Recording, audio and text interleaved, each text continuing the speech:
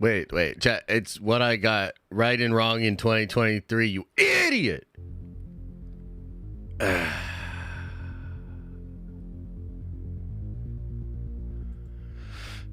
Anyway, hey, hello. What up, everybody? Welcome back to Nerdvengers Tower. I hope you all had a lovely Christmas and or holiday and or just weekend and possibly a Monday off or whatnot. So hope you enjoyed it. I enjoyed it. Had a really good Christmas myself, and I'm excited to be back in the tower. We got some streaming to do. We've got some nerd-venging to do, ladies and gentlemen. It's time. It's time. And I felt like I wanted to start a new tradition. Okay, so that's kind of what we're doing today. Let me explain. Let me explain to everybody. And I see you guys, by the way. Hello to everybody that's watching on Twitter. Hello to everybody that's watching on Kick. Hello to everybody that's watching on Twitch. I can actually see some of the Twitch people in here. I saw them kind of getting conversing amongst themselves. That's really freaking cool. And of course, we're over here on YouTube as well. It's kind of just what we've been doing is doing the multi-streaming. So thank you to everybody that's been watching on all the separate platforms. Okay. Now what I thought would be cool to do today, guys, we're obviously getting towards the end of the year. We have 2024 to look forward to. Usually I like to do a little prediction stream where we talk about everything that's happening in the following year and give our takes and our predictions on if we think it's going to be awesome, if we think it's going to be lame, should we be excited, should we not be excited, what are some cool things out there we should have on our radar, etc., etc., okay? Damn, it's really been that long, bro. Yeah. So what I wanted to do was look back at the stream from earlier this year, and I wanted to see, man, how much did I get right? How much did I get wrong? And how did all of that go? And I think it's going to end up being a pretty entertaining, pretty funny stream because I don't exactly remember where my mindset was at earlier in 2024, but I'm going to go ahead and say I didn't anticipate it, or I didn't anticipate 2023 to be as bad as it was. Like, what a year. I mean, Marvel Studios opened up the year with Quantumania. I'll be interested to see what I thought of Quantumania back then. And then closed out the year with the Marvels, as far as from films. We had Mandalorian Season 3.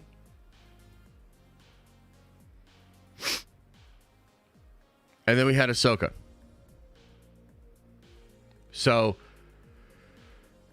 yeah, we'll see. Okay, and here's the thing. Two-part thing that we're going to do here.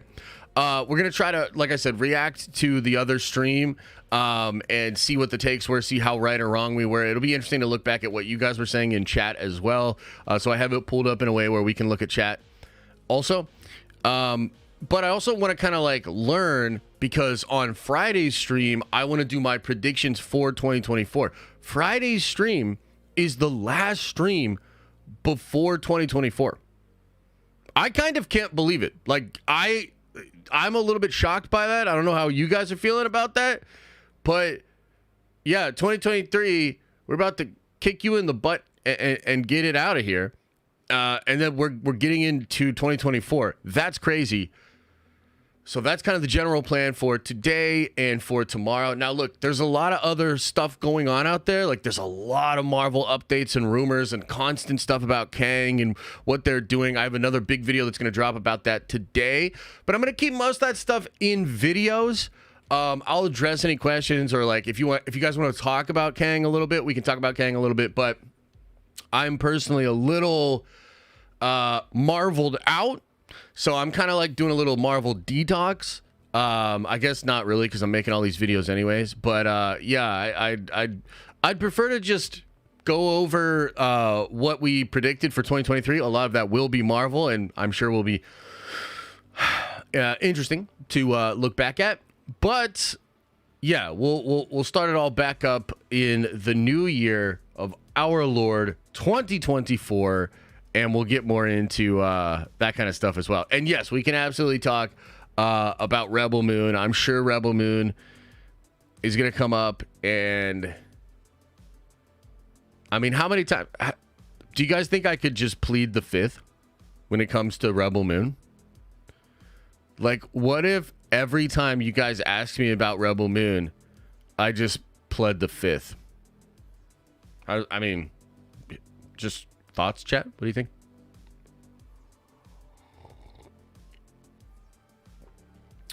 One, two, three, four, fifth. You shielded so hard, you're gonna be clowned. Well, that's gonna do it for us today, guys. It's been a really great stream back. I appreciate all of you guys. Remember, as I always say, I hope you're having an awesome and a nerdy day. And I'll see you in the next video.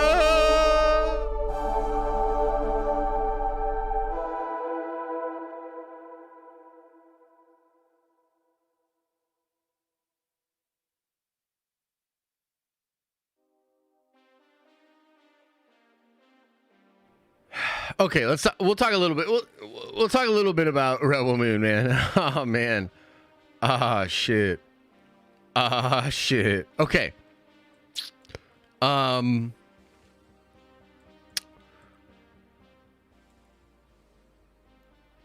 thanks for the gifted. Okay. This has really never happened to me before, guys. But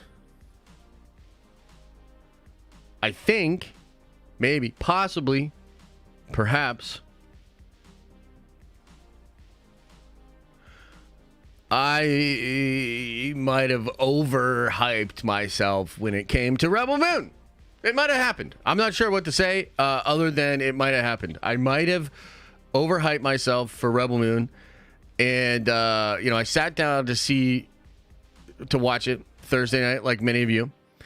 And, in all seriousness, when the first reviews came out from Brazil, there were some mixed reviews, and a lot of us were like, that's a little, like, weird. You know what I mean? It's a little strange. But you don't really know what to exactly make of it. And then the Rotten Tomatoes scores start coming out, and you're like, oh, man. Like, dude, and I know a lot of you guys will say, here's... Sidebar, put a pin in that for just a second. Let me also explain that this is a difficult thing to talk about and to be honest about, because number one, yeah, man, I went fucking crazy for Rebel Moon. I was like, it's gonna replace Marvel and Star Wars, and you're not even gonna have to eat food or sleep after you watch it, and you'll grow taller or thinner and be strong. Like, dude, I don't know if anybody shelled harder for Rebel Moon than I did. And it's awkward because of that, but it's also awkward because, dude, Snyder fans, I'm sorry. Like, I love y'all Snyder fans, but Snyder could paint a wall and sit you in front of it and you watch it dry. And I am sure some of you guys would go to bat for that on Twitter. And it doesn't bring me any joy or comfort to say that, because I frankly think a lot of y'all are going to be fucking coming for me after this, because I can't do it. I can't follow you guys lockstep. I can't take the marching orders. We're not just walking down the road. Rebel Moon was not good. I'm sorry. It was not good. I was watching it that Thursday night, and what a surreal experience. I mean, I think it's bad. Like, it's bad. Okay? Now, having said that, I watched it again. Okay, I watched it again, and I personally enjoy the movie. Okay, I enjoy the movie. I think I can. That's kind of where I settle at. Is like, I can in no way defend the film as being a good movie, but I can say I enjoyed it, and I still am looking forward to part 2. I want to see more Rebel Moon, but it's like, to me, it was bad, and it's bad in some of the worst ways you can be bad as a film. And, we talked about this a little bit yesterday on the Nerd Avenger stream. I'm kind of flabbergasted. I'm in this crazy, my thoughts here was like, in order to launch an epic new franchise and have it to be very successful, right? My thoughts and the notion I had was, it's got to, like, be good.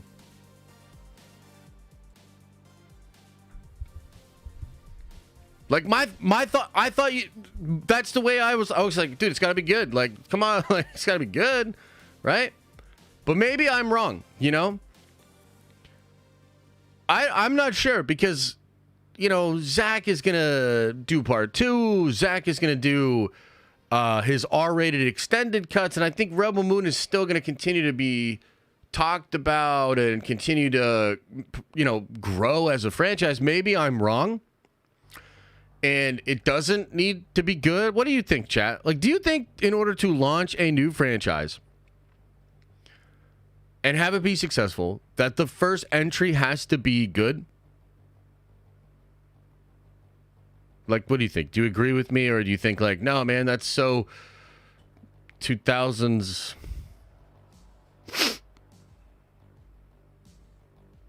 Maybe it doesn't. I think a lot of people are watching Rebel Moon. A lot of people are enjoying Rebel Moon. But some new reports just came out, and I think it underperformed. I thought it was going to be different. I thought the numbers would be huge, and I would be sitting here and being like, yeah, so I didn't really like it, but damn, dude, it's crushing, and a lot of people seem to like it. That doesn't seem to be the case. It did like about half of what that Leave the World Behind movie that some of you guys got triggered by me liking. It did about half of what that movie did in its first couple of days. Right? So it's the #1 movie on the platform. But I think just raw viewership numbers, just according to what Netflix has released, it is underperforming even what they wanted. You know what I mean? So, I don't know. It's a tough one, man. It's a weird one because that's where I'm at. It's like, I'm one of these people that thought it was pretty bad. I thought it was pretty bad.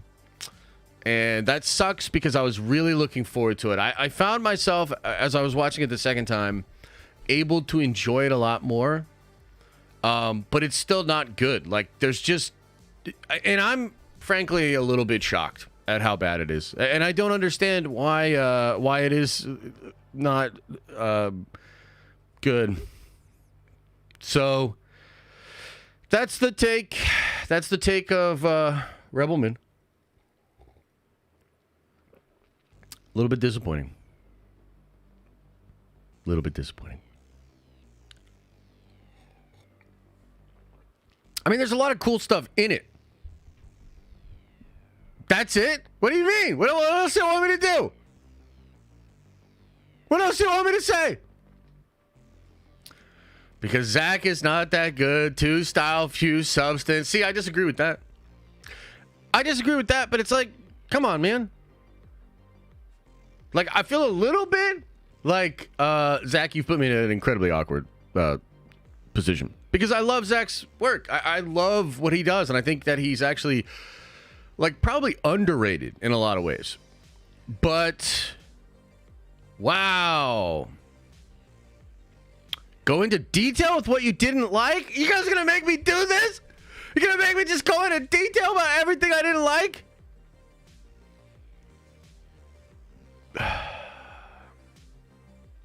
I don't think, I don't know if I have to. I don't know if I have to. Here, I'll say one thing about the movie that I thought is I still think is ridiculous about the movie. The movie is so crazy on exposition. And you know what the movie feels like to me? The movie feels like a bad English dub from a really popular, like, Japanese or Chinese movie. Because if you just removed all of the stuff that came out of the characters' mouths, you'd have a much better film. And in fact, maybe I'll watch it in Japanese next time with the translation. Because it's horrible. Like... And there are parts of the movie where, like, the one thing that, like, really bugged me, because when I watched it again, I was, like, really trying to root for it, really trying to get into it. And some of the stuff that bothered me the first time didn't bother me as much the second time. But there's, like, a scene at the end where they've just stopped the main big battle, right? All right, here we go. This is your fault, chat. You did this to yourselves. And they're done with the big battle. And every character has to come over and say something epic and final about the battle. It's like every single one of them has to come over and be like, yeah, he fought for what he believed in. This is the start of something great. Like every single one of them has to come over and say the usual cliche bullshit. Then they go to Velt and they're basically all saying the same thing. Okay? I can't believe we went from a scene where they're all like in those things and the main like villain guy is coming up and basically reading their biographies from the back of the X-Men card. He's like, the General Titus, genius, blah, blah, blah, blah, blah. You know, just literally going down the line. Then we cut to a scene later on where he's talking to Belisarius, which was actually kind of cool, where they're like the priest did something for one time in the movie and sent his ass over to talk to Belisarius. And then Belisarius is hitting us with the fucking goobly glob back of the X-Men card bullshit. He's like, do you think this would be good news to me that the genius General Titus, who won this battle and that battle and this, like he's like going on this huge diatribe. It's like fucking cringe, annoying. It's horrible dialogue. It was absolutely ridiculous. Okay, so there you go. Are you happy now, chat? Are you happy? Sheesh, man, it was bad. I was like, oh my God, bro. Who wrote this thing? Can't wait for the pitch meeting. Yeah. It was bad, dude. And it sucks because there's like so much cool lore there. There was like cool stuff in there. Like, you know, I heard somebody say it feels like there's a good movie in there, but it's just not this one. You know what I mean? I think the movie needed screenings, notes, reshooting, and then you're probably looking at an incredible movie. And this is where like it really trips me out. This is like this is like the trip. This is what really trips me out. It feels like they're going to do that, but the screenings are like the public release, the theatrical release, which apparently was changed a little bit already, and the Netflix version is a little bit different. The Netflix version, the original Netflix version, we are the screening for it. So he's going to like make all these changes, and the definitive version might be that R-rated extended, like this is actually good. And I'm just like wondering, man, I'm like, yo, like could that work still? You know, because look, I still want IP. I still want fresh IP. I love that Zach took this shot. I love that he's going all in on it. I just really think this movie should have been better. Like even 20% better, and we're having a completely different conversation. But like it got panned by critics. It deserved to get panned by critics. Like a lot of people are talking shit and kind of eating its lunch. Dude, it deserves it. Like it's not a good movie. Like it's so crazy to me. So I don't know. Like I wonder how that'll work. I wonder where it'll go from here. I'm still rooting for Zach. I'm still rooting for Rebel Moon, but I have to be real. Like that was massive disappointment, dude. Like I kind of couldn't believe it. Did I say French IP? I might have, dude. Let's get some French IP, you know? French IP sounds like a dessert. Sir, would you like to try the French IP? 2024, Josh hates Rebel Moon but loves Echo. Bro, I'm not even watching Echo. All right, let's talk about some other stuff. Let's talk about some other stuff, and then we're gonna get it, because this is gonna take some time to do the reaction to the stream from last year, so it's gonna take some time. I'll just say this to save you guys some questions here. I have not watched a single episode of What If. I probably will eventually, you know what I mean? But I haven't watched a single episode of What If. I think I might watch the first episode of Echo. And then maybe I'll watch a little bit of the second episode just to make sure that it's as bad as I heard it is. And then I'm out. So I'm on a little bit of a Marvel detox, you know? And it's not even it's not even like I'm trying to be a hater. It's not like I'm trying to like, I didn't even like tweet about it. I'm just like kind of privately being like, I need to take a step back. Okay. There's a lot of cool Marvel stuff that I'm excited about. There's videos. I'm making videos about stuff, exciting stuff happening in the future. A possible Avengers versus X-Men, dope. Possible X-Men coming in sooner, dope. What they're planning with Kang and the Beyonder and these new villains, dope. I like it all. But as far as the actual content itself, I just need a little bit of a break. So I'm stepping back and just really not interested in watching What If at all. However, I have heard that What If is incredible and that people are really liking season 2, and it kind of seems like from what you guys are saying in chat that's true. Yeah. That's cool. I'm glad you're enjoying it.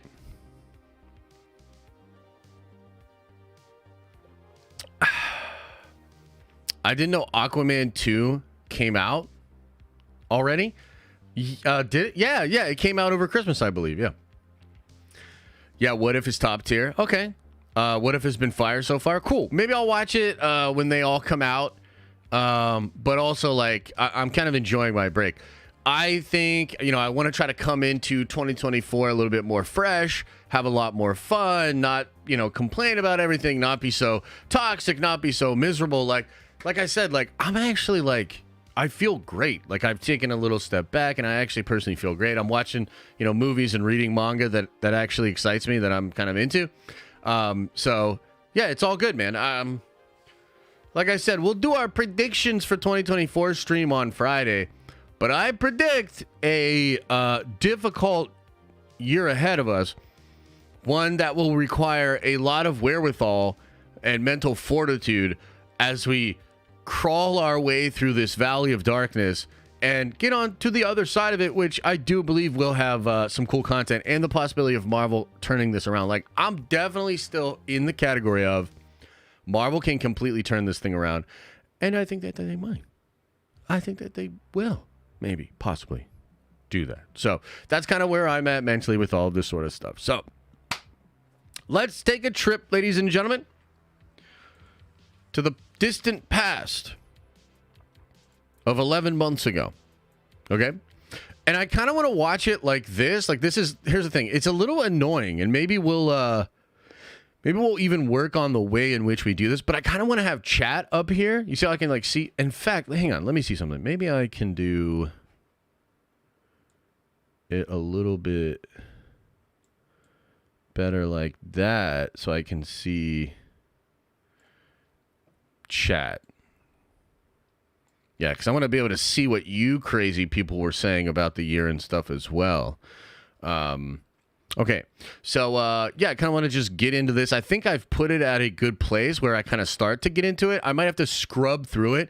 And like I said, I think on Friday, we're going to try to just do this a lot quicker. Meaning, on Friday, I'll have like a prepared list where I kind of rapid fire go through things and give predictions. And that's so that at the end of next year, when we go over the one earlier, we'll do that. Everybody wants some nerd coin dropping? Oh my God, guys. Didn't Santa get you guys enough for Christmas? Here, I'll do a 10,000 nerd coin drop. Bada boom, bada bing. There you freaking go. Okay. So let's just see. Let's see. This is all an experiment. So let me know. We'll go over it together, okay? Yeah, let's go over it together, past Josh. First thing that's on my list, the thing that I'm looking forward to, that I'm very, very hopeful, is Invincible. Invincible. Do you agree or do you not agree? Are you excited for Invincible? Let me know in the chat. So let's hear what I had to say about Invincible. Here's the deal with Invincible Season 2. Invincible Season 1 was absolutely incredible. Like, dude, it was awesome. It was freaking awesome. Probably my favorite animated season of superhero stuff in a long, long time. Yeah, I'd agree. Past Josh. Literally groundbreaking. So we're getting teased. This is the Invincible Twitter account. Update will come sometime between January 2nd and January 31st. So sometime in January, we're supposed to get news about Invincible Season 2. Now, I'll pause right there and I'll say, I remember that the trailer was just that stupid teaser they did with, what's his name, the alien, just chilling there, and I was super disappointed by that. I also can't believe that they took as long as they did to release it, and that we only got 4 episodes. Also, check this out. I noticed this where I'm just like randomly on Twitter here. Look, Fire James Gunn and Peter Safran was actually trending back then. Isn't that crazy? Like all the way back then. And I think this was before like our beef and everything like that. It's crazy looking back at it, you know? And I'm really looking forward to Invincible Season 2. But I mean, the fanboy in me, like the super optimistic, like what's the best case scenario for this what's show the best case scenario type of person, I kind of want Invincible Season 2 to be so phenomenally good, like breaking into Nielsen top 10 charts, like getting big numbers, big views. It feels like when it first came out, literally in 2020, unless I'm mistaken, like Nielsen, Patriot Analytics, like a lot of these companies were trying to adjust to streaming, but they weren't really there. So I don't know that we have any idea how well Invincible Season 1 did other than a social media imprint. Is that true? Is past Josh correct here? Like, did we not know because the streaming hadn't begun? Is that true? Chat, help me out here. Because that's a good point that past Josh is making here. Which was pretty large. People were very, excited to talk about it, and they did talk about it quite a bit.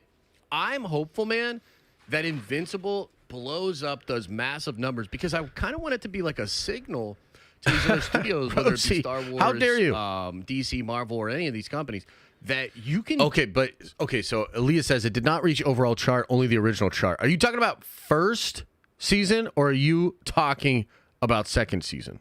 Which one are you talking about? Do really great animated stuff that leans adult and that is really, really successful. So to me, Invincible Season 2, one of the things I'm looking forward to the most in 2023.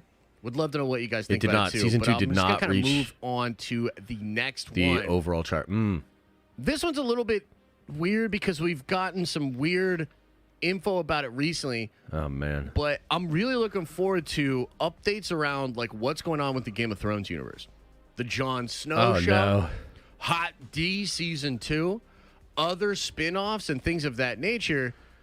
And this is what else is crazy? There's no way that past Josh could have known that the strikes were going to happen as bad as they did. Why do you look so young? What do you mean, back then? Or just in general? What are you saying? So past Josh did not get his wish here because we didn't get shit updated as far as that. Wow. You know what, guys? I really didn't anticipate how off this list might be because of the strikes. But you know what? I'm going to skip ahead and let's see what I had to say about Stranger Things. A Kang variant? Oh, God. Let's not go there yet. By the way, I do have a big video coming out today that addresses all the new Secret Wars leaks and rumors. There were new Secret Wars leaks and rumors? Some of them I'm really confused by. And we're going to have to do follow-up videos to that big video. So we'll talk about that maybe in Q&A if people have questions about it. But, yeah. Kang... You talking about past Josh, pre-kid Josh? Oh boy, we'll talk about that later. Back then, looks like the Secret Invasion got you. Freaking Stranger Things season 5. You guys make it sound like I'm beat as fuck. Close out season 5 in R.I.P. R.I.P. Now I look old, ancient, decrepit. Is that what you're saying right now, Chad? The same quality as season 4 or better. It'll go down as one of the greatest shows. Maybe it's just the glasses. By the way, those were my favorite glasses, and Liam broke them. Of all time. It might go down as one of the greatest shows of all time either way. But of course, a lot of great shows have lackluster endings, lackluster final seasons like Lost, Game of Thrones, True. Things of that nature. So, True. Stranger Things, on the edge of glory, as Katy Perry would say. I think that was a Katy Perry song, right? So should I flip my camera? All-time great. Here, wait. Maybe the best. Let's do this. Will this be less trippy? It's a phenomenal series. It's a great show. Following these characters has been a true joy. And I thought season 4 was something special. Like, I was shocked. I don't know about y'all. I was shocked as well. Shocked at the last season of Stranger Things. I was shocked too. Sick as hell. This guy makes some good points. Another thing that I'm really looking forward to in 2023. Jesus fucking Christ. Chat, I might not have thought through this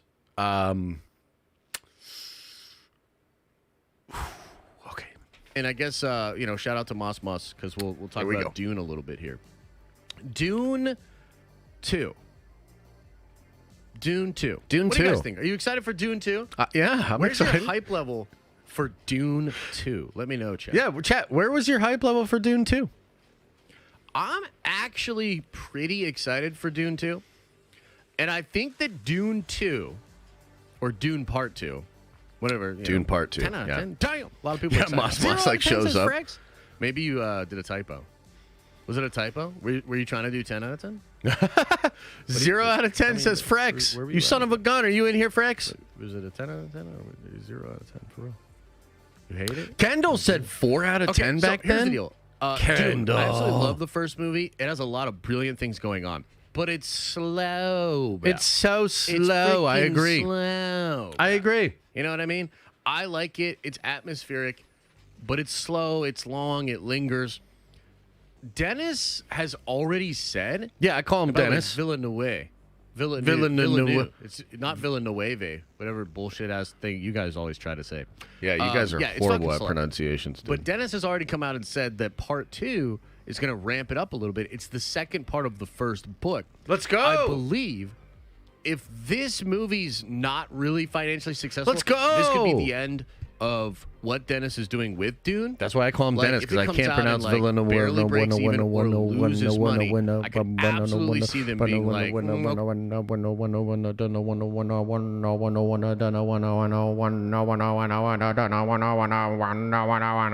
2, we're good. You know what I mean? We're chilling on that, right? So, kind of a make or break moment for if Dune can rise to the occasion, can become one of these new franchises that people follow, that people fall in love with, and that sort of takes over the zeitgeist, right? Yeah, but so did that we'll see. happen? Dune Part 2. Dune Part 2. Sometime in 2023. I'm actually pretty optimistic about it. Are you? Okay, let's talk Yeah, let's keep going. The Boys. Oh, the boys. Let's talk about The Boys. Wait a minute. Did that season actually happen this year? Or was that also delayed?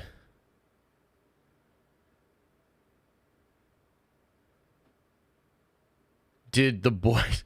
I love The Boys. I'm not like as in love with it as I think a lot of people are, but I do love The Boys. Okay? And I thought that last season was real chill. Interesting. You know, I had a really hot take. Oh, I had a About hot The take, Boys. guys. I had a hot take. Should I give you guys my hot take? Do it. Do we want to trigger everybody like right away? What's the hot take? Should we get everybody triggered? What's it? Yeah. What is it? Should I give my hot take about Hot The Boys? take it. Do it. Drive with Dre. Holy shit. $50. Thanks, brother. I appreciate that. I'll go over it Thanks, again Drive when we with go Dre over Q&A, from the but I past. appreciate that. Dang. Appreciate it.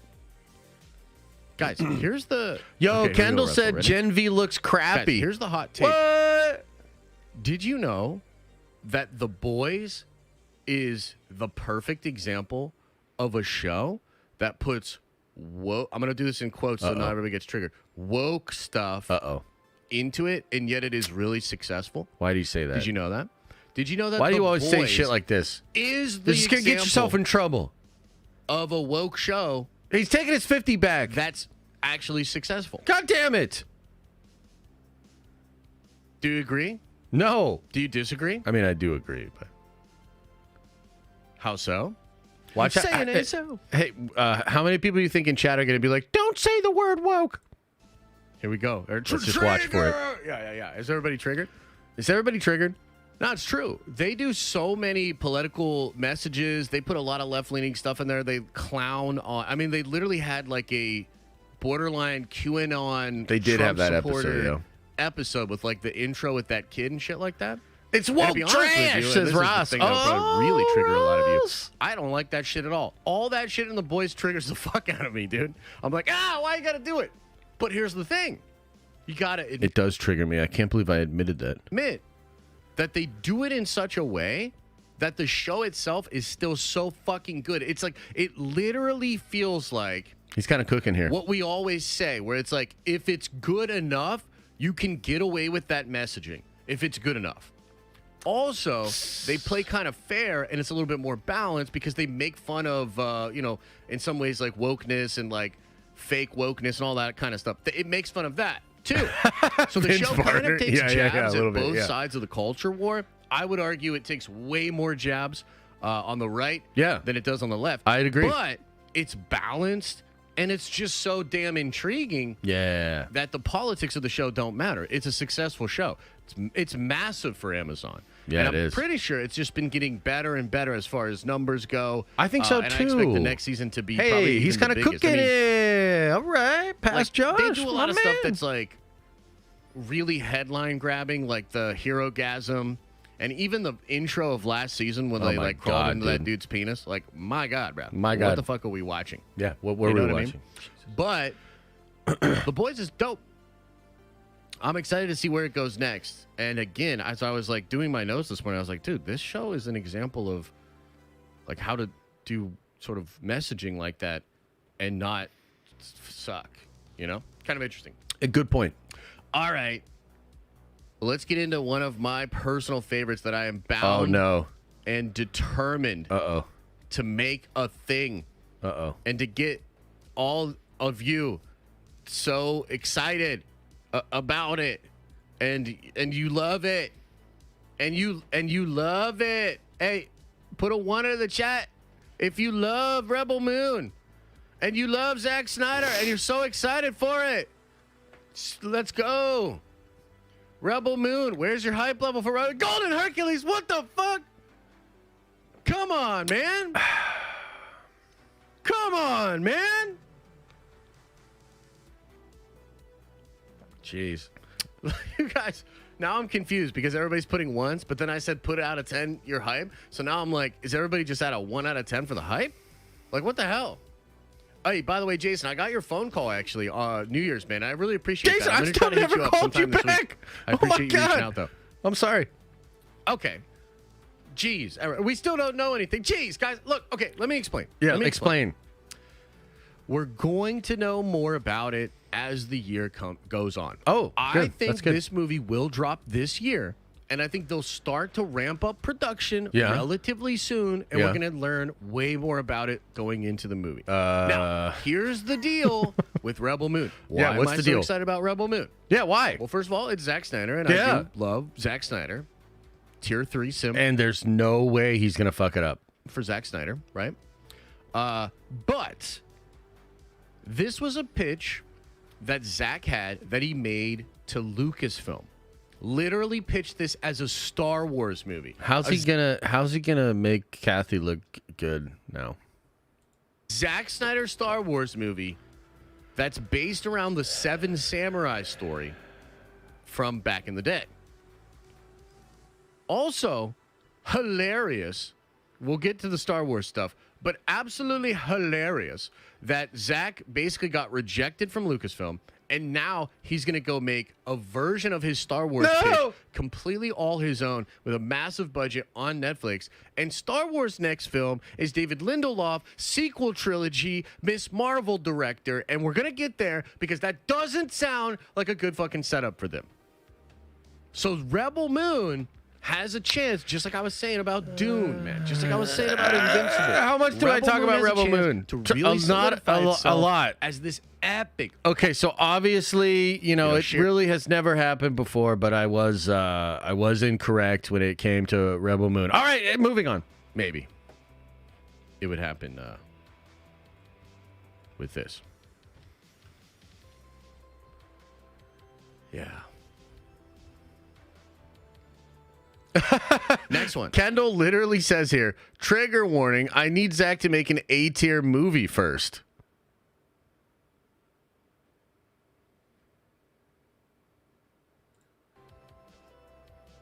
The next thing, and honestly, I don't even really expect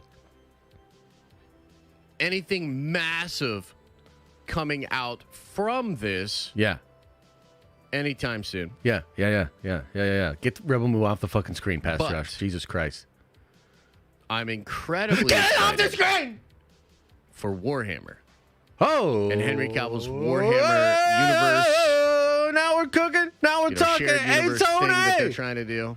Welcome to the Nerd Vengers. You are a Nerd Venger now. Buckle up. 2024 is going to get wild.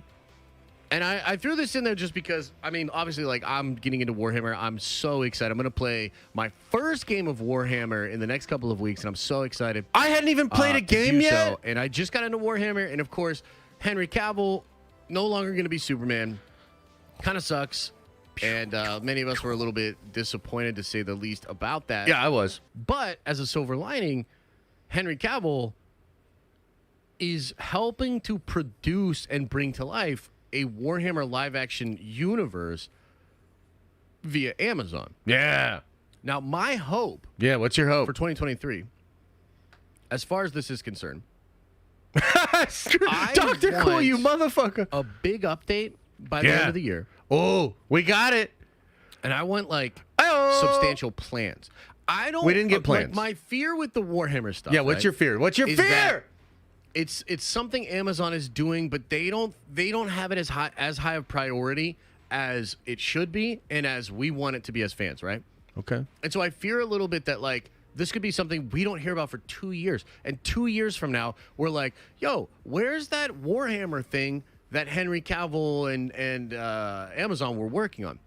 What I would really like, and what would just, like, get me so hyped up as a fan, is that by the end of the year, maybe at Warhammer Fest, maybe at, like, a D23, maybe even at New York Comic-Con, that they come with an announcement, and it's fucking serious, bro. They're serious about Okay, it. so basically, I got this one kind of half right because, look, for most of the year, it felt like this wasn't going to happen. For most of the year, it was like, dude, I don't even know if this is going to happen. Like, this, everybody kept telling me it's in production hell. I heard some really negative rumors. And then I think it was 2 Mondays ago, maybe 3 Mondays ago, Games Workshop kind of randomly updated us and said, we're doing it. The deal has been signed. We're getting the writers' room assembled. It's Cavill's thing. Like, we're doing it. So kind of correct on that one. And that is freaking awesome. And I'm really excited that we did end up getting that for Warhammer. It looks like I had a couple of Dragon Ball predictions here. I'm a little, like, if I'm being honest with you, I'm a little confused as to, like, with it. And they've even got, different writers attached and things of that nature. If they can do have writers something attached, like that yeah. by the end of the year, holy mother-loving love mothers, I will be so fucking excited, dude. I am excited. That is something to Very look forward cool. to as well. No big announcement, And then the but last thank God that they're actually thing announced that I something. want to go over before we get into, DC, Marvel, now we're getting into the and all Marvel that DC sort of stuff. stuff, is Dragon Ball. Dragon Ball. What's up with Dragon Ball, man? Now, Dragon Ball, one of my favorite franchises, properties out there. Yeah, I love Dragon Ball. Love Dragon Ball. And according to Geekdom 101, we are getting some new Dragon Ball anime in 2023. And I'm a little, like, kind of, if I'm being honest with you, I'm a little confused as to, like, exactly what's going on, because I've heard, like, from Danny, there's going to be, like, this web cartoon or a web series, but then there's maybe also going to be an actual anime that comes, and maybe they're going to adapt the Moro arc, maybe they're going to adapt other stuff. No. So here's the thing. They did not adapt the Moro arc. They're not moving ahead with Dragon Ball Super, and instead they're making Dragon Ball Daima. And I'm going to give it a shot, but it in no way, shape, or form is like what I want as a Dragon Ball fan. I don't know if some of you guys probably follow Dragon Ball and know exactly what I'm talking about, but basically they did a new anime where all of the cast gets turned into kids. And so it's like a new GT kind of thing. And a lot of fans are not happy about it. So kind of wild. I did not see that coming. So that's just another thing. I mean, it was crazy, like, because we got it, but it is not something that fans really wanted. Damn, I talked about Dragon Ball for a long time. I gotta tell you here. Okay, let's keep going. Here. About the War in the Stars. Oh, Star Wars. Should I open up? This should be the image. This is the image that matters for Star Wars. This is what we're gonna have. Okay. About this. Okay. Well, for Bad Batch 2 anyway. Hey, Vincent. So, Bad Batch I'm leaving Season the 2 military Tuesday. I might not be able to watch tomorrow for like night 8+ months. Wednesday, Oh my God. I think. It was fun meeting 2 you at episodes New York. dropping. Finally got to the Diamond Salon. Awesome, And bro. I think that's a great Hey, way appreciate you, brother. to start the year. Ryan Brantley, welcome Appreciate to you, the man. Nerd Good luck Vengers. with You are a everything. Nerd I'll go Venger over now. that in the Q&A too. Gunji! Gunji. Did we see Gunji? Andor would never, by the way. Okay, that's it. That's it. I'm done. No more Andor stuff. We're not gonna go there. He was in Andor Bad would Batch, right? never. Okay, so Bad Batch season 2. What comes out in the next couple of days? 2 episodes. Okay, kind of forgot about it. Banger of a season. I'm really excited. And I mean, you've got Gunji, you've got Emperor Palpatine, you've got Omega. You know, a lot of fun stuff. And it could tie via Mount Tantus and Thrawn into where we're going in Ahsoka and the Mandoverse and stuff like that. So that would have been I'm cool. pretty excited. I think that's a great way to start the year. Bad Batch will be... It kind of does with that big Zepho like machine thing a little bit. Very fun for the fan base and roll right in to a couple of incredible fucking pieces of content or, you know, stuff that seems very hype. You've got The Mandalorian Season 3, which I mean, bro, hot damn. Hot damn am I excited for The Mandalorian Season 3. This is really what it's about here. Oh, no. Din versus Bo. Oh, no. I actually think they might just give Bo the rule. That's fucking, I don't know. We're going to see what happens. But regardless, should be really cool. It's also a real, like, curious place for Star Wars as a brand. It is. Curious. Because, like I've been saying, like, dude, if there's a lack of audience for Mando 3, that's a really bad sign. I don't think that's going to happen. I think Mando 3 is going to blow up and be massive for them. Do way better numbers than Andor. Probably even bigger numbers than Kenobi and Boba did last year. It did not. I think Mando 3 will do massive numbers. And if Bad Batch is really good, season 2, that's really going to help because people are going to be in that Star Wars mood. They're going to be really excited. And right around this time, we get Jedi Survivor as well. Like, bro, no! I'm going to be honest. 2022, rough year for Star Wars. Rough year it was for Lucasfilm. But this first quarter in 2023 is strong. Holy shit. They've got a strong lineup, and I'm really excited. I'm excited for the Star Wars fan base, and I really do hope that it's just it's good in the way that like it brings us all back together. Like at the end of Mando season 2, when that shit was happening, shut your goddamn whole fan base for a mouth! second got back together.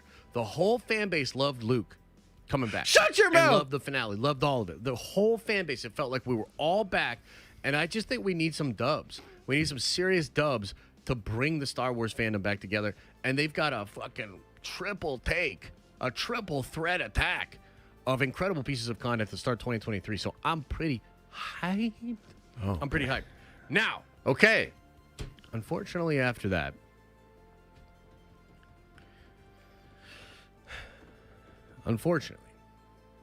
from there, Star Wars has to do something which is undoubtedly going to plunge the fandom right back into the debacle state that it usually is in. Look at this. Haunted Autumn said back then, Josh, Kenobi is going to be fire. Andor will be our salvation. Also, Josh, Mando Season 3 is going to be massive. Uh-oh. Much love, everyone. Oh, boy. And I'm talking about making announcements. I'm talking about movies. Whether this happens at Star Wars Celebration or it happens later in the year at Comic-Con or D23 or at an investor call or something, Star Wars has to talk about the fucking movies. That's true. They do. What do we know about this next movie? Well, Andor, yeah, they're going to talk about Andor Season 2. You know, we'll get there. But the real problem with Star Wars, Oh, boy. is that they appear to have Oh, boy. decided the direction they want to go with their movies. And there's even more information about this. Like, I think Jeff Snyder was talking with, on the podcast he does with Roca. And he said the Lindelof movie is supposedly going to try to release in 2025. So they're going at it hard. They're going to sort of speed up production on that, and it might even start shooting next year. And they're gonna have to announce what it is. Yep. And unfortunately, all signs point to it being a film set in the sequel trilogy era post Episode 9. Yep. It will have a female person of color as the main character, supposedly. This is the rumor. Yep. Some of the sequel trilogy characters will show up. I don't think John Boyega, but likely Poe, likely Rey, likely Rose Tico. Incredible. As I reported several months ago. Old Josh is kind of Nerd toxic. Theory. The f you talking about? And all this shit seems like it's real. And all this shit seems like this is the way it's going. By the way, the Miss Marvel director is going to be the director. Yep. So, I mean, here's the deal. Like, that is goddamn ridiculous. Like, that's just fucking ridiculous. It is, I'm dude. sorry. It's still ridiculous. That is Crazy Town, USA. That is Crazy What Town. the fuck are they thinking? What are they the thinking? problem is going to be that we're going to go from such a strong beginning for 2023. And it's going to be, like, incredible. And then all of a sudden, they're going to have to talk about this. Hang on, I'm flipping this. It's fucking real. So when I look over and here, it they're looks gonna like have I'm to looking talk at the about it. thing. And the fandom is going to have to decide Yes. how they feel about at least the first movie. I'm hearing all the next 3 movies being set post-sequel with sequel trilogy characters. So excited for it. I think Oh God. Okay, so we got a lot of that right. I mean, at the end of the day, the Rey movie stuff was true. However, the one thing I think I got wrong back then was it's not all sequel trilogy stuff, first of all, but also like the Filoni movie, that's kind of crazy and surprising. And generally, I think the movie announcements that Star Wars made this year were actually met with a lot of positivity, other than the Rey movie. I think a lot of people got excited about them actually having a plan, actually announcing movies. James Mangold, this was before Indiana Jones came out, so I think there were people, still looking forward to that. So yeah, that was good. The Rey movie stuff we were right about. A lot of the people, if you look at the chat, a lot of people in the chat didn't believe me. Did not believe they were actually going to make more sequel stuff. They didn't believe they were going to make more stuff with Rey, and that's kind of funny. Okay, so let's see what I had to talk about with Ahsoka. Crazy. Now, luckily. Yeah, luckily. After that,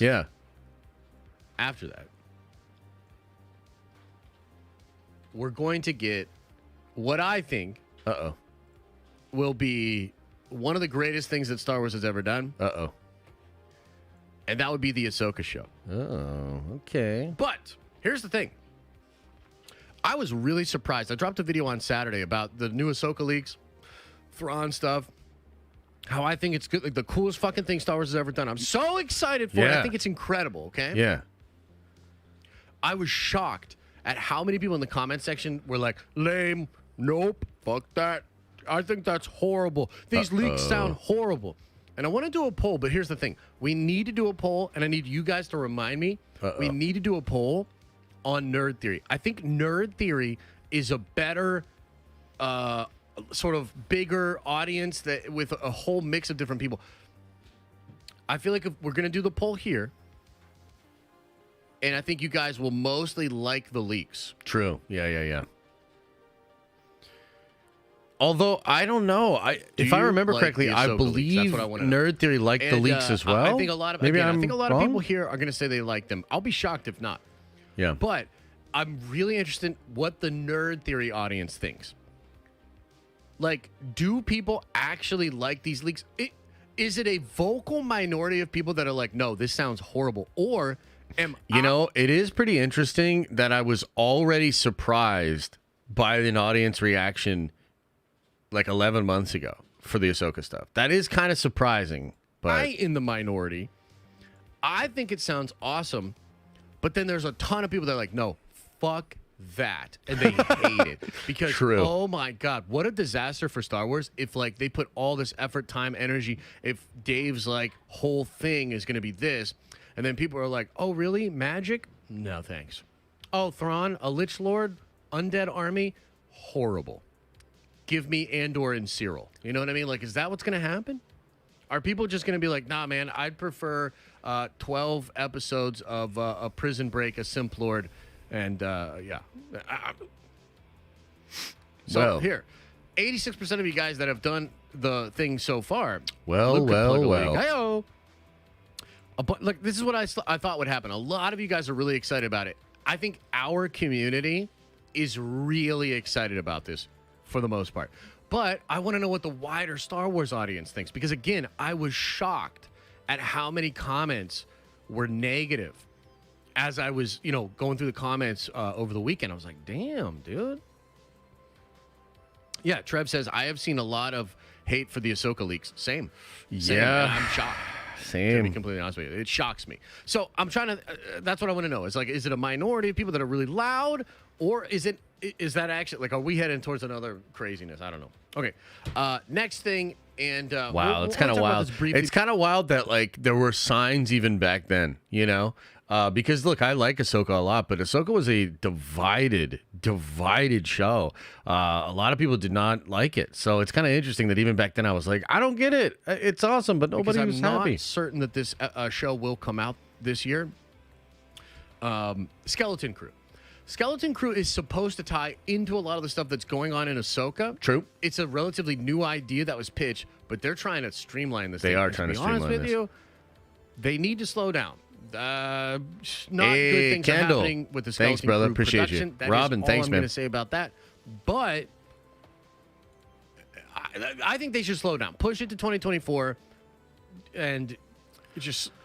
And they did end up doing that. They did end up doing that However, it really because of the does feel like strikes. Lucasfilm was like, no, we need it now. So we'll see what goes on with Skeleton. Okay, so also, let's jump ahead here. Ruin the fuck out of a lot of the movies that come out next year. Oh, boy. So, Shazam, Aquaman, The Flash, which, by the way... Wait, hang on. I think we're going to start talking about DC. Go to the polls. Do you think James Gunn will be very clear? This was before his announcement. In the announcement. Do you think James Gunn will be very clear in the announcement? Because here's sort of the issue.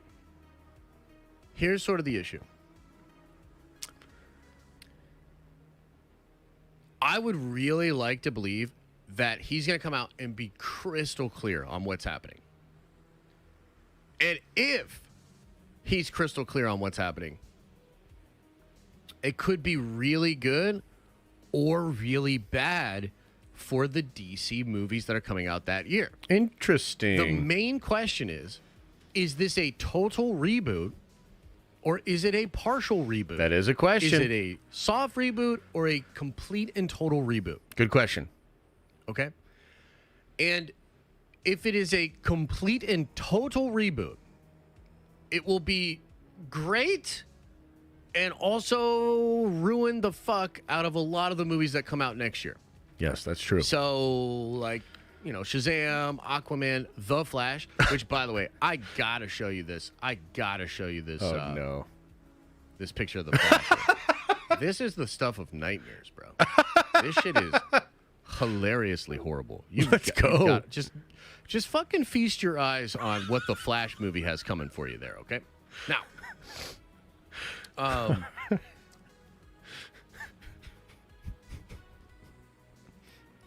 it's like a double-edged sword. It's a double-edged sword. It's like a damned if you do, damned if you don't kind of situation. I agree. Because if he comes out and he's super vague and he's like, we're going to do a Superman movie and we're going to do this movie, we're going to do that movie, and he doesn't address whether or not it's a full reboot or not, I feel like fans are going to be in this limbo state. They're going to be really upset. They're going to be like, what the fuck, right? But if he doesn't say total reboot, it could actually help the Flash movie, the Aquaman movie, or whatever, because you're like, well, maybe some of this will still matter in the next universe, right? Yep. So it's kind of like a double-edged sword, and it's two main questions. Is he going to be completely honest, and is it a full reboot, right? Remember when the first thing he tried to say was Shazam's off in its own corner. We're so grateful because the Flash was already created and now it's going to do the reboot. Do you remember that goobly glob fucking announcement that he made? Holy shit. But as far as that, like maybe the Flash, despite this horrible vomit-inducing suit for the Flash here, the Flash is probably the only movie that really interests me next year. Like Joker 2 as a musical, I do not give a solitary fuck about Joker 2 as a musical. Like, I don't. Same. Still don't. Maybe some of you do. Do some of you care about the Joker 2 in the musical? They just released like some footage, like like a look where she's like staring at him or something. Lady Gaga, and yeah, I just don't care about that movie at all. That would be kind of interesting. Blue Beetle. That actually seems kind of cool, and we've got to see like a trailer and whatever. But I like the main actor. I like the Scarab. I like Blue Beetle as an idea. It seems kind of fun. Yeah. But Shazam, I would probably not going to see either way. Like even if nothing of a reboot was happening, I wouldn't go see Shazam. I do not care. That movie looks garbage to me. Yeah. Right? Aquaman 2. What the fuck is Aquaman 2? Have we seen a trailer for Aquaman 2? By the way, like have we seen a trailer for Aquaman 2? Have we? Because if we have, I forgot the fuck out of that trailer. It's Lobo. This motherfucker doesn't even want to be Aquaman. It's the highest grossing DCEU movie, and he doesn't even want to be Aquaman. He'd rather be Lobo. That's a good point. How am I supposed to get excited about Aquaman 2 when your lead actor is not even excited to play the role? Yeah. He's more excited to be recast. True. Holy shit, dude. Yeah. Are you kidding me? And then I couldn't think of a single show. Like, are they even doing Peacemaker 2? They did. Peacemaker 2, the DCEU Boogaloo? Is that the show? Like the Penguin show? The fucking Penguin show. From the version of Penguin where he's literally just... He's not... What are we doing here? The Penguin show?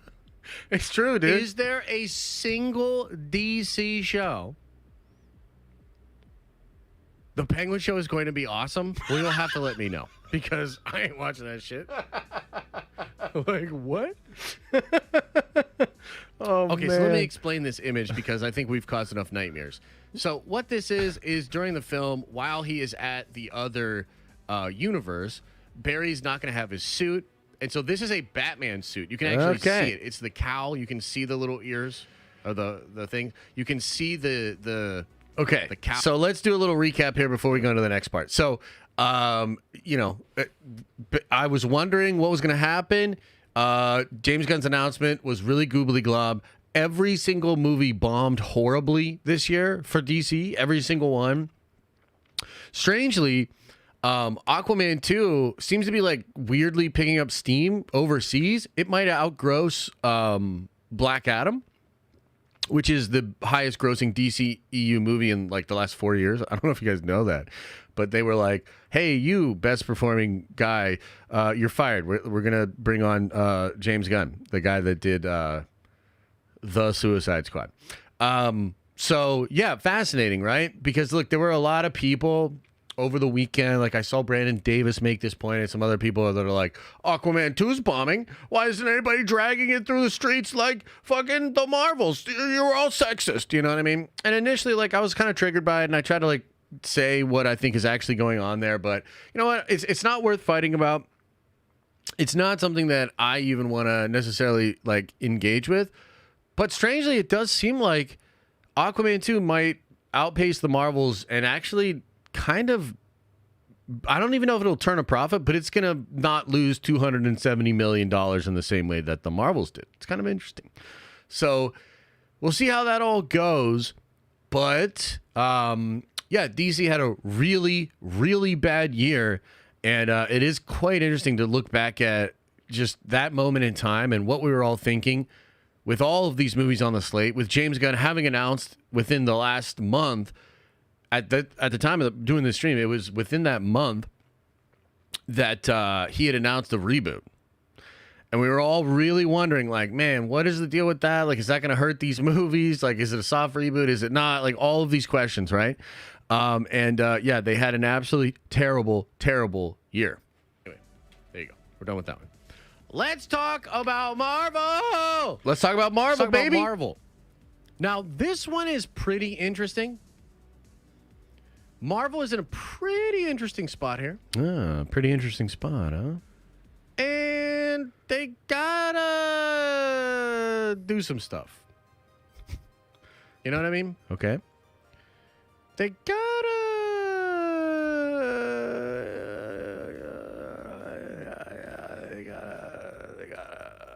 do some stuff. Here, we'll do this one. This is kind of a fun. Here we go.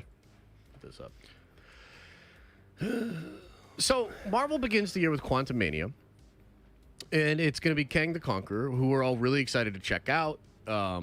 This will set the stage for all of Phase 5, and I'm hopeful that Quantumania is really cool. The rumor is they've done some reshoots to put a bunch more Kang in it because maybe there wasn't enough Kang in it initially. Excited about How do they feel about that now, you know? how Quantumania, but I've got a lot of questions. And I think, here's the main thing with Marvel is that we're coming out of Phase 4. Yes. And Phase 4 absolutely did not slap and really did shake the foundation of the Marvel fan base and the zeitgeist. Okay? Yes, this is true. Yes. When you have shows dropping out of Nielsen's top 10 charts, when you have movies that are widely considered horrible, like Love and Thunder, bad movie. there's some damage being done. There is. Okay? There is some damage being done. And the question with 2024 is, are we going to see the turnaround? Are we going to see the turnaround? We didn't. Because we're hearing so much about the 2024 films and the whole Thunderbolt thing, Captain America thing. Bro, they're going fucking ham. That shit's going to be ridiculous. 2024 for Marvel seems like it's going to be absurd. You've got Daredevil, 18 episodes. They're shooting that all this year. No, they didn't. Does 2023 have a chance at adjusting enough, being exciting enough to get the fan base kind of turned around? Well, one of the things I want to bring up here, and I just want to kind of talk about this together. Is that there are massive changes happening at Marvel behind the scenes, and one of the big changes has to do with the TV shows. Okay. I literally heard yesterday, and I thought this was pretty crazy, but it might actually be true. I literally heard that Marvel is thinking about taking it all the way down to 1 or maybe 2 shows a year. Yeah, that bared out. They're trying to get to that. Or 2 shows a year, and that's it for Disney Plus. I actually think that's an incredible Because if you think about idea this year, what was it? It was just Loki and Secret Invasion, right? Shows just seem completely And What If, fucking but- pointless. Like Agatha, Covenant of Chaos. Maybe it'll have a little bit of Children Crusade stuff with the children. But you know what it really is?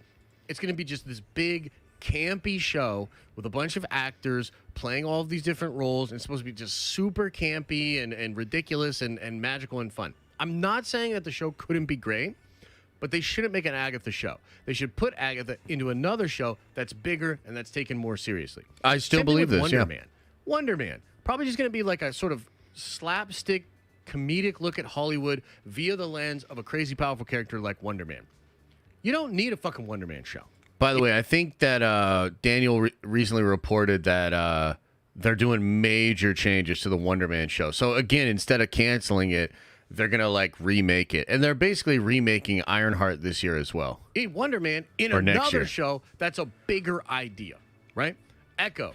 You don't need Echo, period, full stop, as a character or a show. But if you do True. want Echo, just throw her into the Daredevil show, bro. The Echo show seems like it's going to be a fucking disaster, and it's a show that doesn't matter. We don't need a show like that. True. Now, luckily, Oh, no. real talk, 100% real talk, they know this. Feige's come to this belief, and they're going to kill a lot of this shit. They're not doing this shit anymore, but they already have so much going into development. Wow. So this is crazy because it's basically the same problem. It's basically exactly where we're at right now. They know that there have been problems. A lot of this stuff has already been shifted. They're already trying to change it. They were trying to change it 11 months ago.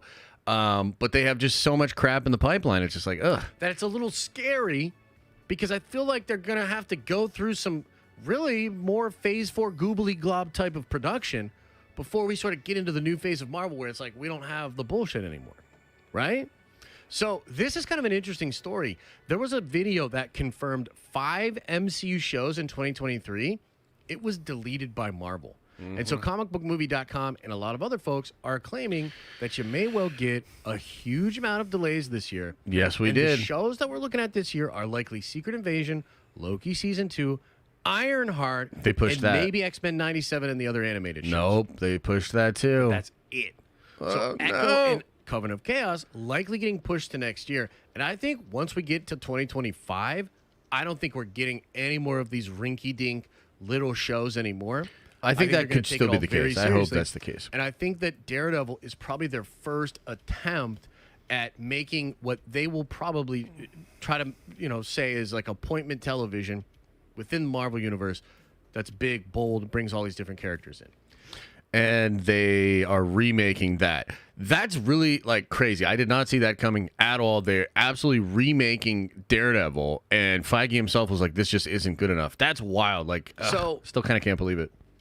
I don't know, man. The question is when we get into these other shows, and I think Secret Invasion will be the first one. Oh no, I have a lot of high hopes for Secret Invasion. no. But here's frankly where I'm at as a Marvel fan. And this is just me.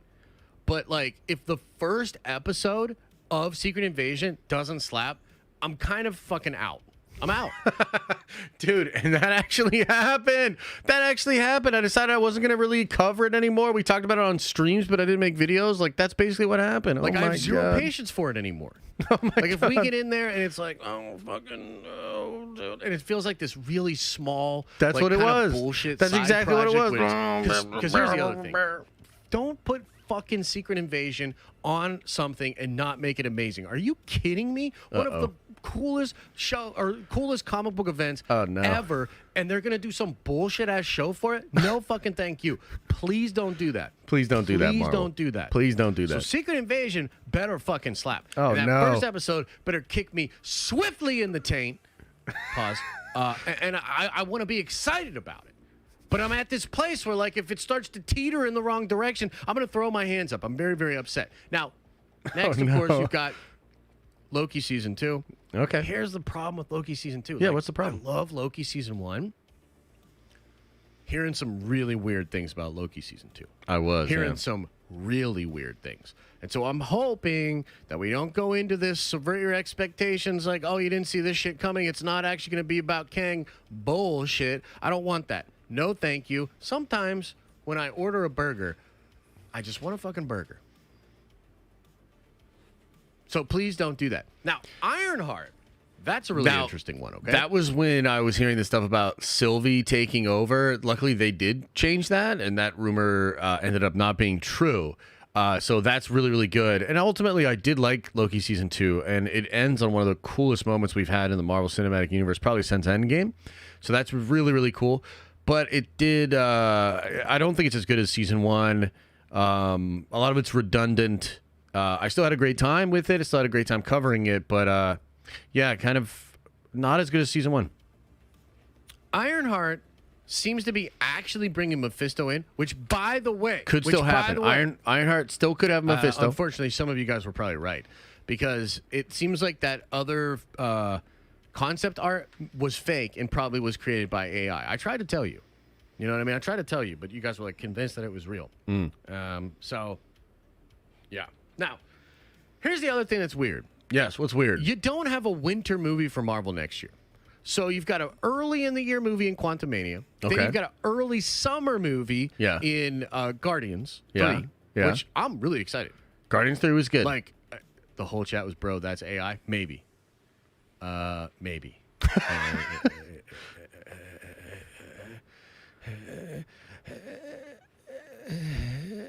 You guys watch this guy? This guy's... listen to this fucking guy. You guys watch this dude? What's he doing? Maybe.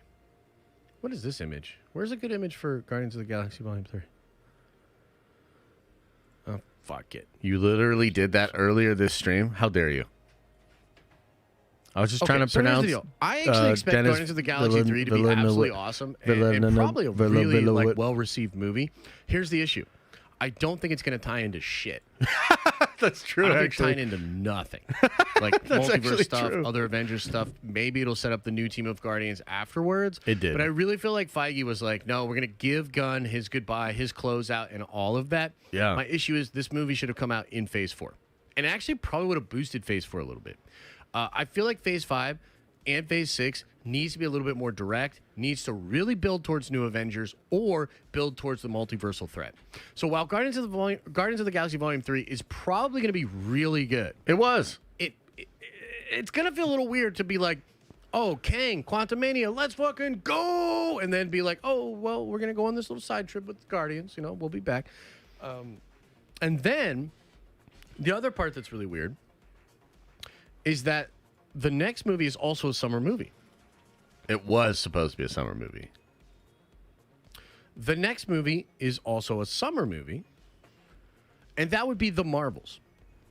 Now, here's the thing with The Marvels. We've talked about this before. I'm really nervous and worried about The Marvels.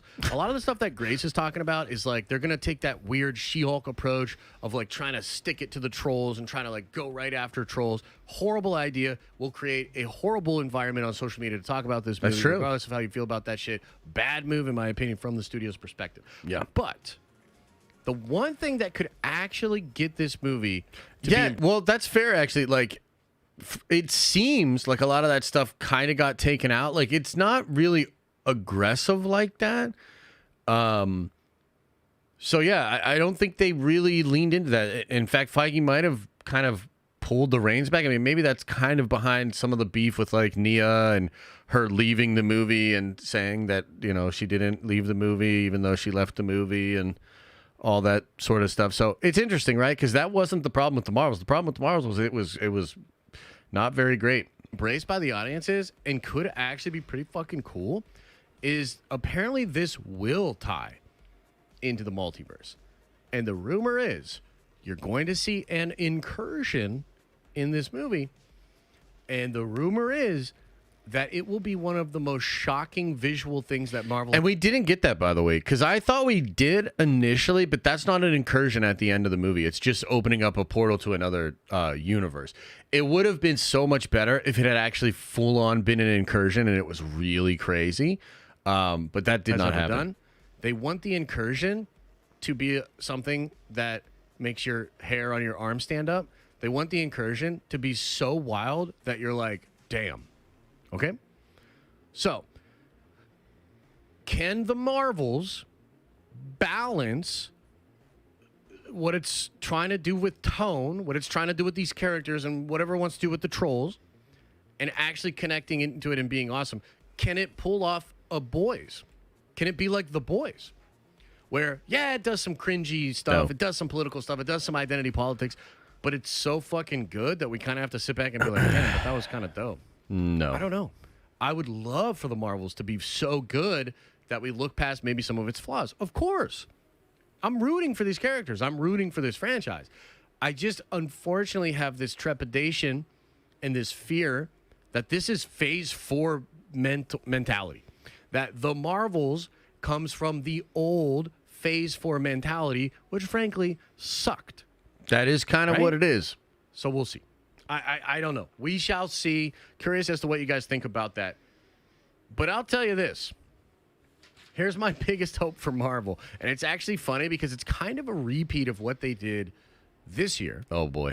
But I expect that if all this stuff happens and it's kind of wishy-washy, like let's say like the Marvels is as bad as maybe I fear that it will be, well, they're going to turn around at San Diego Comic-Con and they're going to blow our fucking hair back with announcements. Just like they did this year, where they were like, kind of out of nowhere, oh, Kang Dynasty and Secret Wars is real, right? Well, why do you think that happened? Well, because Love and Thunder just happened, man. And shit was whack. And the narrative was they have no direction. Marvel's not the same. And so Feige basically just He went crazy at Comic-Con. Yep. And so I think...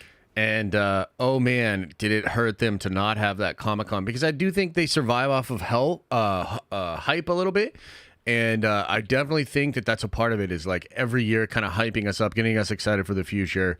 That kind of stuff does drive the fandom. I mean, I think Feige is aware of that. And to not have Comic-Con this year in a year where Marvel just did so badly, I think did hurt them significantly. Now, part of that's because of the strikes, but really it's also because the sky was falling. I don't think we could have anticipated just how bad Quantumania was going to be for them, and firing Victoria Alonso and like all the fallout from that. It's like Marvel's been slowly spiraling for like the last 2 years, and they've been adjusting and they've been making plans for the future, but they're still like putting out stuff that's just not connecting with the audience in the same way. So it's wild to look back and now see where we're at. We could get some like actual stuff. Like, what if we get a little tease of like Red Hulk, Sentry, some of the fun stuff that's coming? What if they push some more mutant stuff? Really, like, what if we really get the goods? More clarification on multiverse stuff, Secret Wars stuff. Yeah. At Comic-Con, I actually do expect that the Comic-Con this year for Marvel will be very strong and potentially even hint at or directly talk about how they're slowing down. And maybe more movies, less shows. We'll see. But I want some clarification, and I think this summer we're going to get a lot of answers about Marvel for all of that. Now, a couple of other things that I have no timetable on. I would really like to know if you guys do. But X-Men 97 and What If Season 2. X-Men 97, holy shit, bro. I'm so excited for that. Okay? Yeah, still excited. So we've heard some weird things about Marvel production, animation studio, budget cuts, whatever. Yeah. Please, for the love of God, don't let any of that shit touch X-Men 97. I don't care if you ever do another animated project. X-Men 97 has to be great. It has to be great. I agree with that. I don't want my first experience with X-Men under Disney to be like whack. True. That's going to be bad. That will be bad. So it's got to be really good. And, Bo DeMeo seems awesome, sort of like the lead writer over there. And I have a lot of high hopes for what they're going to do with the X-Men 97 show. But we didn't What get If Season 2 also has an opportunity to be incredible, to set up animation at Marvel Studios down this really interesting path. But it also has a chance to maybe kind of flounder and hurt Marvel Animation Studios' future. Hard to say. As I said, guys, I haven't really watched any of it. Kind of on a little bit of a detox, but I think I'll eventually check it out. It seems like a lot of you guys really like it, though. So maybe they have a dub there. A lot of questions, a lot of answers. I think there's a lot of stuff to look forward to. Maybe Marvel Zombies. I don't know about Marvel Zombies, actually. But,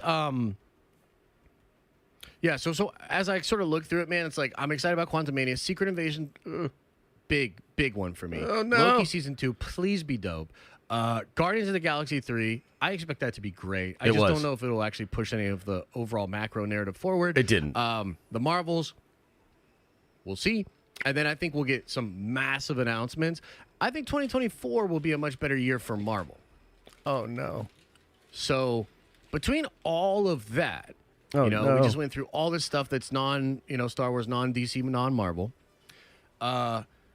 James Gunn and Peter Safran may be talking about their plan for DC. And, Star Wars, I think, having a very strong lineup, but also having to break the news about more sequel stuff. Marvel, in a place where they're making all of these changes, but we might not see these changes until next year. Okay. Or late this year. On that one. Interesting times. Definitely. Interesting times. Okay, so I think that's probably where we can kind of call the reaction to that. And like I said, on Friday, I'm going to look forward to 2024. We'll go over all of the things I'm excited for, and I'll kind of give a take on why I'm excited for it, how I see it going down, or if I'm terrified of how it's actually going to happen. And I think, obviously we didn't know about the strikes back then. I don't think in a million years we could have called how bad it was for Marvel. The Quantumania thing, pretty shocking. Secret Invasion, also pretty shocking. Guardians 3 was great. We kind of called that. Loki Season 2 was really good. I liked Loki Season 2. I thought it was pretty damn good. But of course, lower viewership, not as good as Season 1. A little bit of a damper there. The Marvels is the lowest grossing thing they've ever made. It's a huge bomb and a big stinker. So that's pretty wild, but we kind of called that. I mean, I didn't think it would be that bad, but I think everybody kind of thought, yeah, it would be pretty bad. So overall, we got a lot of the general vibes right for them. Star Wars is interesting because, you know, obviously I think I was wrong about Ahsoka, but it's weird because we kind of saw some signs even back then that it wasn't going to be as big. It's funny because I directly talk about how if Mando season 3 has a lower viewership, that's a horrible sign for Star Wars. And it did. And so that's kind of interesting to look back at that. I talked about the movie announcements. The movie announcements happened, but they went over a little bit more positively than I thought. So that's kind of interesting. The Boys didn't even happen. We got half of Invincible at the very end of the year.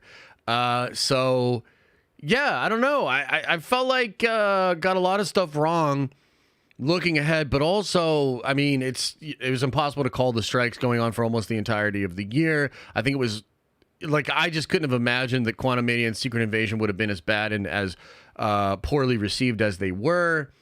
So you kind of win some, you kind of lose some. You know what I mean? So I don't really know, guys. What did you think? What did you think? Gen V was top 3? Is that what you think? Really? You think Gen V was a top 3 show this year? Is that what you believe? I didn't really watch it, so I can't say. Darth Krillin. I'll check it out, man. If you hit me up on Discord, the best time to hit me up is before Friday's stream. So if you hit me up at like around 11 on Friday, that'll be the best time to hit me. And I'll be like, okay, yeah. Get you switched over.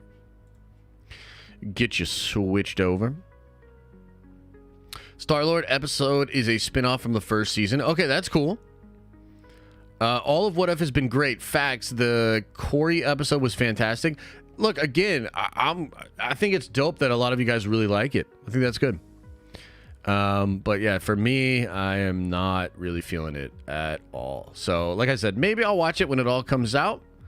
Not really sure, but yeah, for now I'm kind of enjoying my little detox. My little Marvel detox, as it were. Yeah, so let's open up for Q&A, guys. We'll get into whatever you guys are getting into. I'll go over a couple super chats, couple gifted things, and then we'll hang out in the chat. But yeah, just kind of a casual stream today.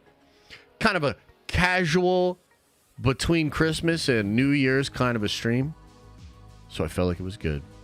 Stop saying detox. It's my trigger word. What? That don't make no damn sense. You got to detox your triggering. How about that? What do you think of that?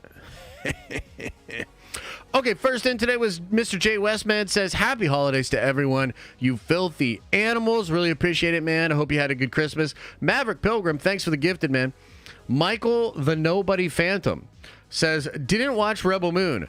Why abandon a better cut later? And why make part 2 better than 1 if it was supposed to draw an audience in? Just bad vibes. Yeah, I kind of agree. Like,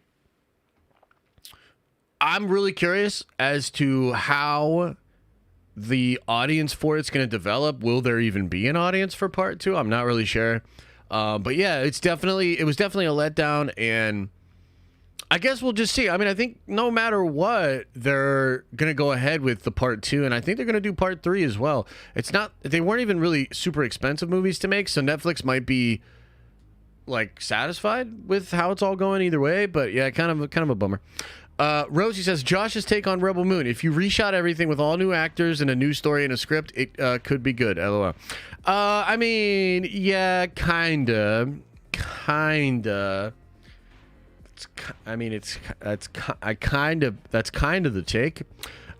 Vince Barter says, this is like Matthew McConaughey in Interstellar watching himself and yelling no. That's true. It did kind of have that vibe. I thought this was fun. I thought it was fun, a fun idea. I want to be a little snappier on Friday when I go over all the 2024 stuff. So that way, like, future me will have an easier time than present me did watching past me. Yeah. Bolver says, Rebel Moon, pointless slow-mo anyone. There's a lot of slow-mo in it, and I like slow-mo, but also, yeah, there's a lot. Tony, welcome to the Nerd Avengers. Vincent, again, man, hey, appreciate your service. It looks like you're going to be away for like 8+ months. I hope it goes well for you, man. The tower will be here, and looking forward to see when you get back. I had a blast meeting you. And I know you made some friends at the meetup earlier this year, so shout out to you, my brother. And we'll see you again for sure, man. Kendall says, what's up, y'all? Just dropping in to say, what's good? Can't wait to hit 4 years in 2024. That is pretty wild, man, and I appreciate the support. Thank you. Robin H. says, try X-Men Evolution Season 3, Episode 11 to 12, where they find Ramatut's spaceship. It made me think how the MCU could use Apocalypse to outshine Kang. I really like that idea of using Apocalypse. I don't think that's going to be one of the villains they go to, but it could be. And there's some really interesting stuff being said out there about Kang. Like I said, I have a big video dropping today that sort of talks about it, but I think we generally have the idea of what Marvel's going to do. They'll probably solidify that and maybe explain some stuff at San Diego Comic-Con next year.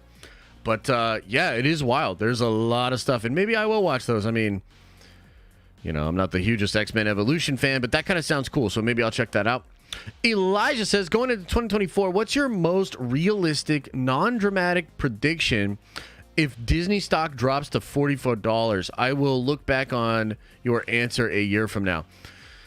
I mean, if Disney what are they at right now? What are they at? Like hovering around 90 probably? Let's check. I'm going to guess they're hovering around 90-30 right now. Okay. So, you're talking about a 50+ reduction in the stock price. I mean, that would be insane, but if that happens, they will sell.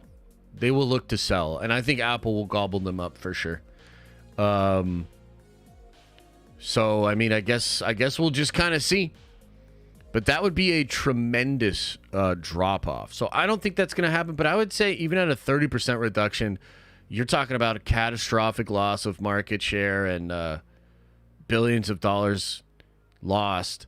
So, yeah, I think they would sell at that point or fire everybody and restructure or something like that.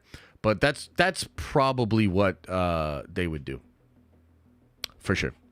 Chillin', welcome back to the Nerd Avengers, baby. And Chillin' says, I feel like Netflix was the main problem with Rebel Moon. I think it was so uneven because Netflix wanted it chopped for rating and time. Nerd Avengers for life, take my money.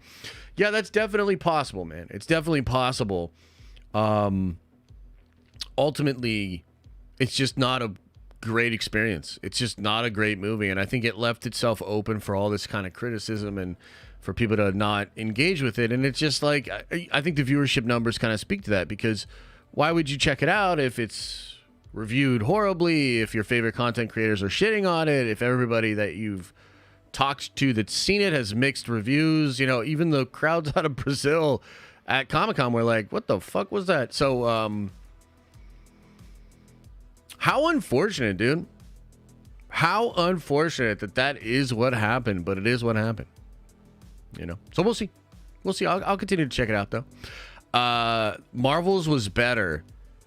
I don't know if the Marvel's was better, but they're pretty close. I would say that for sure. Marvel's was lit. I mean, I know people that liked it. My wife liked the Marvels. I thought the Marvels was a fun time, but not. It's not a super good. It's not a super good movie. Let's see here. Ross says, will 2024 be better or worse than 2023 for MCU and Star Wars? I think worse. I think worse. The only thing that could save Marvel's year, right, is the 1-2 punch of Deadpool 3 and Comic-Con.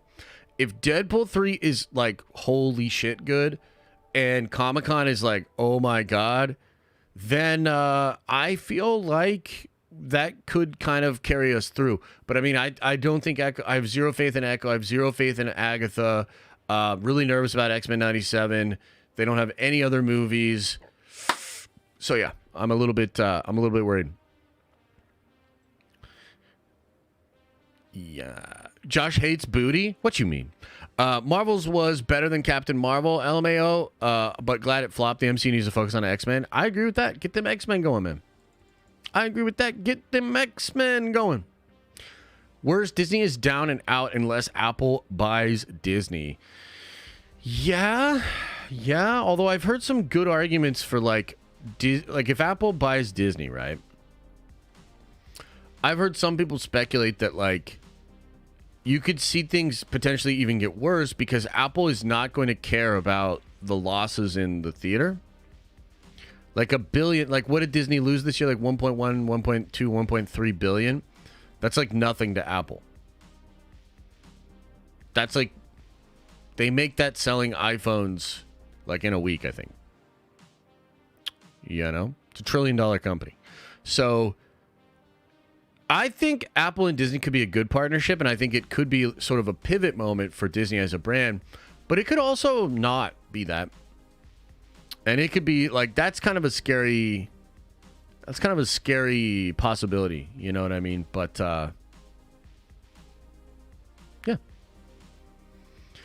Ram Booty can save me any day. Oh yeah, dude. I agree with that. What if season 2 is more MCU? Is that true? I haven't seen it. Apple has the largest on-hand cash reserves of any corporation in the U.S. Yeah, I believe that is true, yeah. Yeah. I haven't stated a favorite episode. Your whole conversational approach is delinquent, son. I don't know what that means, but thank you. I'm just going to say thank you. Should I watch Rebel Moon? Honestly, yeah, I'd say give it a shot, man. Give it a shot. I enjoyed it a lot more the second time. 100%. But is it what I wanted? No. Thoughts on Kirk Lazarus replacing Jonathan Majors as Kang? I mean, can they afford him? Can Marvel even afford him? Yeah, I don't know. That one's funny. Like, a lot of people are saying that. And, like, the thing that makes that one even funnier is just how goddamn ridiculous Disney has been with, like, the casting and, like, their messaging and everything. So it's almost like we've gotten to a place where a meme like that is seemingly more acceptable just because of how fucking ridiculous Disney is. Like, it's just kind of funny. Yeah, I know. Oh, okay, right. Gotcha, Marvelous Menace. No problem, no problem. Let's chill out, bros. Hey, let's chill out, bros. Yo, I'm gonna call you again on New Year's. Make sure you don't forget to call me back. Thanks, Jason. Appreciate you, brother. New Year's is what, Sunday into Monday? Because Monday will be the 1st, right? Yeah, man. Next Monday's stream, the 1st of 2024. We're going to have to do it big. I don't know what we're going to do, but we're going to have to do it big. Yeah, dude. I'm excited. That's going to be dope.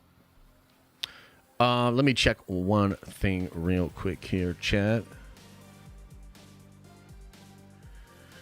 We don't. Oh, okay, yeah, no, we're good on that. We're good on that. Okay. Any plans for New Year's? Nah, nothing. I'm gonna just kick it at the house. We're not gonna do anything crazy. Maybe we'll get some wine or some champagne or something. But what if hype? Is it pretty good? It seems like you guys are really liking What If. Maybe that'll be great, though. Like, after a little bit of break, I'll, like, put What If on, and maybe I'll think it's fantastic. Watch the ball drop? Yeah, 100%, dude. 100%. Totally down.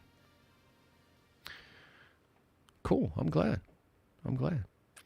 All right, everybody. I think I'm going to get on one out of here. What If is good? That's good. I'm glad. I'm going to get on out of here. Guys, no stream tomorrow. Video dropping later today. Videos throughout the next couple of days. There's a lot of crazy Marvel stuff going on. Friday's stream, we're going to take a look at 2024. Look ahead. Talk about what we think is going to be good, what we think is going to be bad. Go through it for DC, Marvel, and Star Wars. And we'll do some call-ins and just kind of hang out on Friday as well. So much love, man. Appreciate you guys. Thanks for being here. Hope you're enjoying your holiday season. Just a little bit more chill. We're just kind of casually kicking it. And as I always say, I hope you are having an awesome and a nerdy day. And I'll see you in the next video.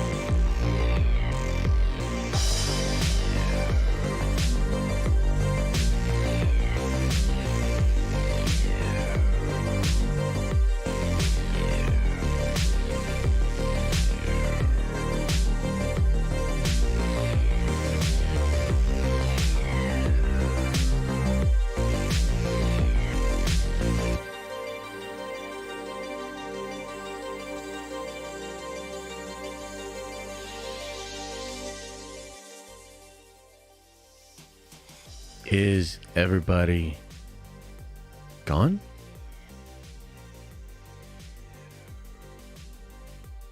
Did everybody leave?